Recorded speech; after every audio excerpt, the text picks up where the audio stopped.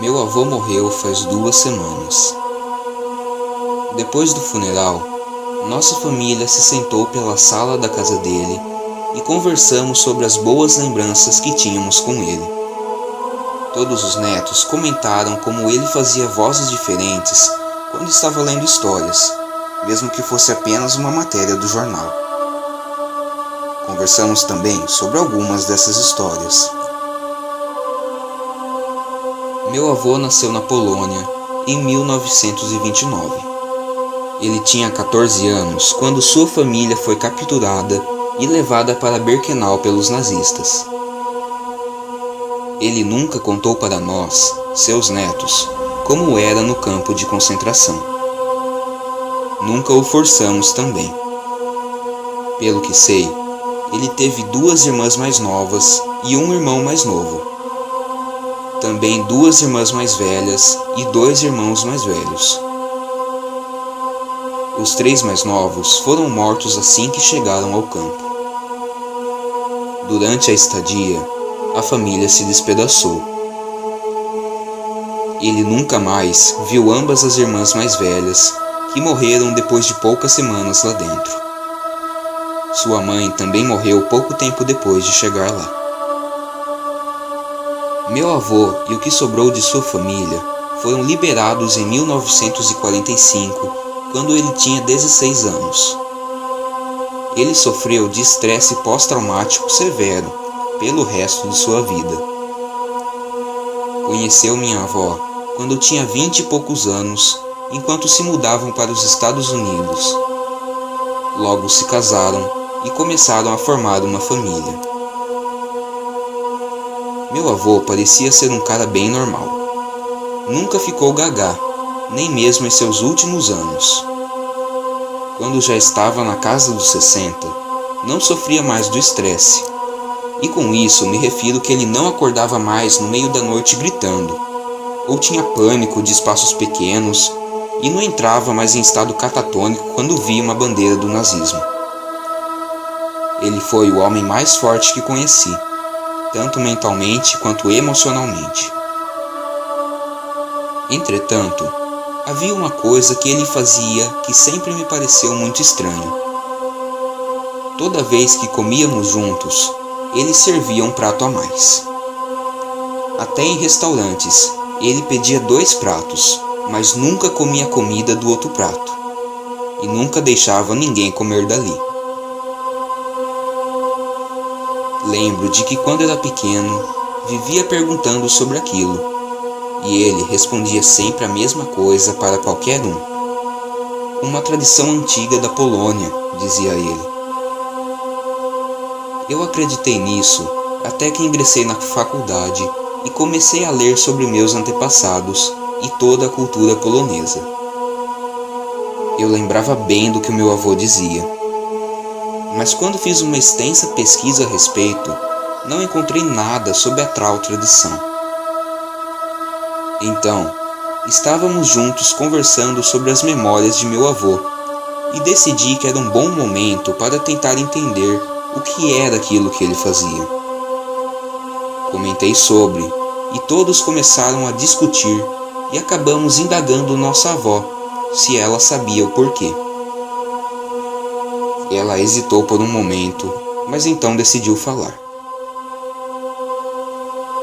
Birkenau era um lugar muito violento. Eles nunca tinham roupa o suficiente para se proteger dos invernos severos. Todos adoeciam. Todos tinham piolhos. Seu avô era um homem muito esperto. O pai dele serviu na Primeira Guerra Mundial e ensinou aos meninos tudo que pôde sobre sobrevivência em ambientes ariscos. Os prisioneiros recebiam quase nada de comida. Então, seu avô teve a ideia de fazer um pacto com uma menina da sua idade para que a cada dia eles revezassem a vez de comer a comida que recebiam. Ou seja, ao invés de todos os dias não comerem o suficiente, mesmo que isso fizesse uma diferença muito sutil em sua fome, pelo menos eles estariam com mais forças em um dia enquanto o outro passava a vez. Isso funcionou por um tempo, mas quanto mais permaneciam lá, mais doentes ficavam. Eventualmente, a garota contraiu tifo. Ficou muito debilitada. Ele ficou cego pela fome. Dizia para ela que já a havia alimentado, mas nunca tinha. Ele mantinha a comida só para ele. Ela estava doente demais para compreender o que estava acontecendo em sua volta. Ela morreu, e poucos dias depois, os detentos foram liberados dos campos. Ficamos lá, sentados e incrédulos até que ela voltasse a falar. Então ela disse: depois que o campo foi liberado, ele não podia contar para ninguém o que tinha feito. Ficou muito envergonhado. Ele tentou viver normalmente, mas ele não era mais normal. Uma vez ele desabou e me contou que toda vez que sentava para comer, a ouvia chorando. Foi assim que começou.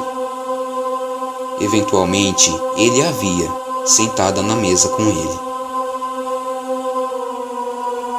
Achei que era só o trauma se manifestando, mas então comecei a vê-la também.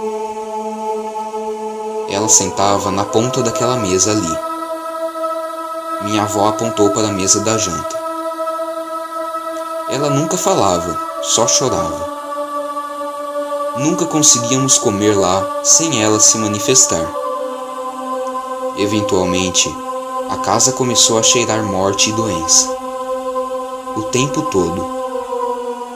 Um frio absoluto tomou conta da casa, mesmo no verão.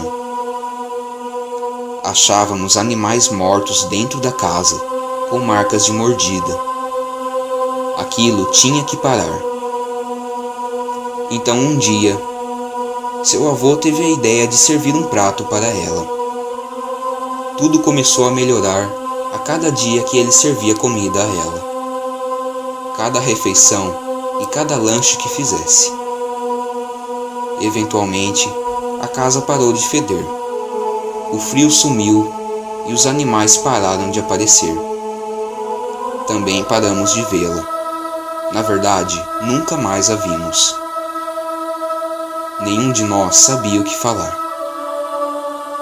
Nosso avô tinha sido um homem muito cético. Não era religioso. Não acreditava em muitas coisas. Todos nós concordamos que aquilo era só uma ilusão do estresse pós-traumático que ele estava sofrendo, e minha avó decidiu compartilhar de sua dor e loucura. Isso até que ouvimos o choro também.